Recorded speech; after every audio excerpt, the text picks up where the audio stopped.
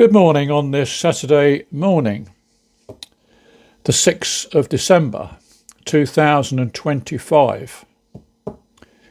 Welcome to our brave new 1984.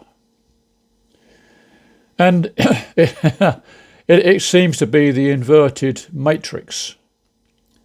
And it's now available in 3 easy instalments of 10 pieces of silver paid into His Majesty's Revenue and Customs.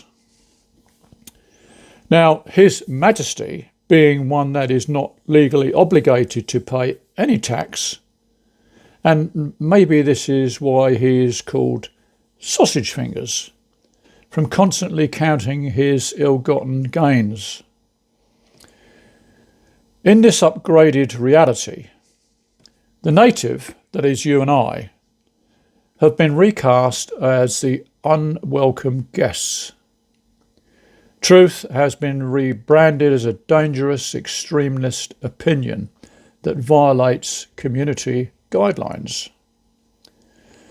And the people, our grandparents and great-parents, they built the roads, paid the taxes and fought and died in wars, and now receive polite emails suggesting they check their privilege and apologise for breathing anywhere near a national monument.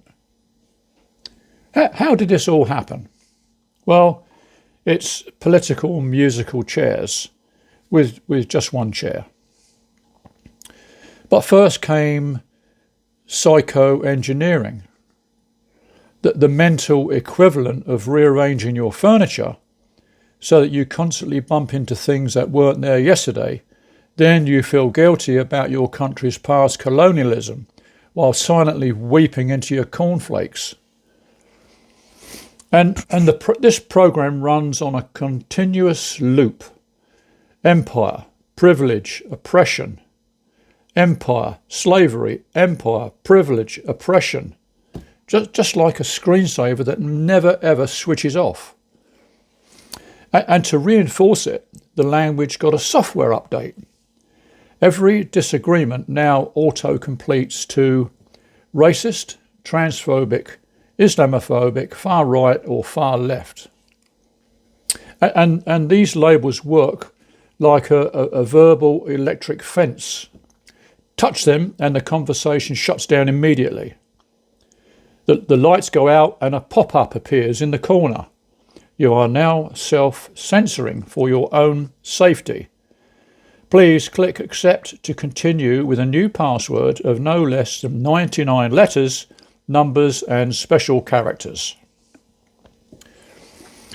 A confused, guilty user is a compliant user.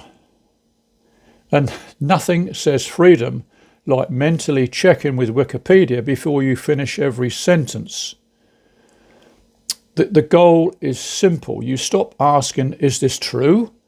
And start asking, will this get me reported or even jailed without a trial? Quite possibly.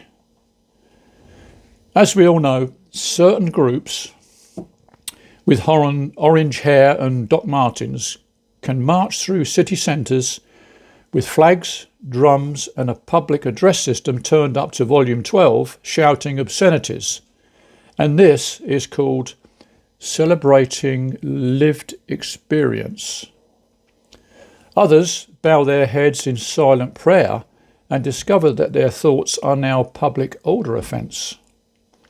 One teenager can throw a brick at number 10, and the official explanation is unresolved trauma of an abused child. Another teenager reposts a meme and triggers a national inquiry about how he got permission to read without a licence. Suddenly, he's showering in Prisoner's Ambush Alley, his hand on his bum. Now his reading abilities are the least of his problems. And the same act can be understood as protest, expression, misunderstanding, or hate crime, depending on the identity of the person holding the megaphone. And the scales of justice now come with adjustable weights and a diversity dashboard. Schools no longer teach, this is your history, but this is your historical sin, and you must feel ashamed and bow your head in supplication. And police have a new priority now in which feelings are of critical severity. But burglaries and muggings are nice to fix if we get the time. But scanning social media posts are our priority, and not too much stress on the children we employ as officers. And legacy media's outlets proudly admit that facts can be problematic for our government sponsors, but narratives are the sacred living truth. Why all this pressure? Because a population that is divided, exhausted and permanently unsure if it is allowed to exist is much easier to manage than one that insists on having a spine. If people are endlessly busy denouncing each other for micro-sins, they have a very little time left to notice what is really going on under their noses. And traditions can be dissolved, imported ideologies installed, and the language itself rewritten so that any ideas comes as unsayable, and then unthinkable, and finally offensive, ending in a trial without a jury and Judge Jeffries presiding over the sentence. And this is not a war between races, religions or genders, it's a wrestling match between reality and the software patch currently being loaded to everyone's brain. On one side stand those who dimly remember that men and women once existed, families were a thing, and law was an ass, but certainly not a farce as it is today. On the other side stand those who sincerely believe that biology is a social construct. You don't need to hate anyone, but you do need to notice the difference between compassion and conditioning, between kindness and compliance.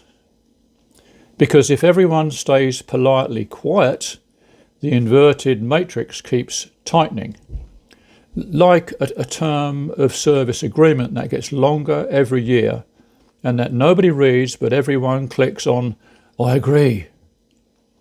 Identity, family, faith and law go from solid to liquid to subject to change without notice, and finally to this content is unavailable in your region. This is not about hate, this is about whether you remain a human being or get permanently downgraded to user. If these words still make sense to you, congratulations. The update failed to install completely. You may wish to disconnect and reconsider before the next reboot, while you like and subscribe for more of my rantings. And my next rant will be debating whether things were better then than they are now, or just plain nostalgia. Thank you for listening. Bye-bye.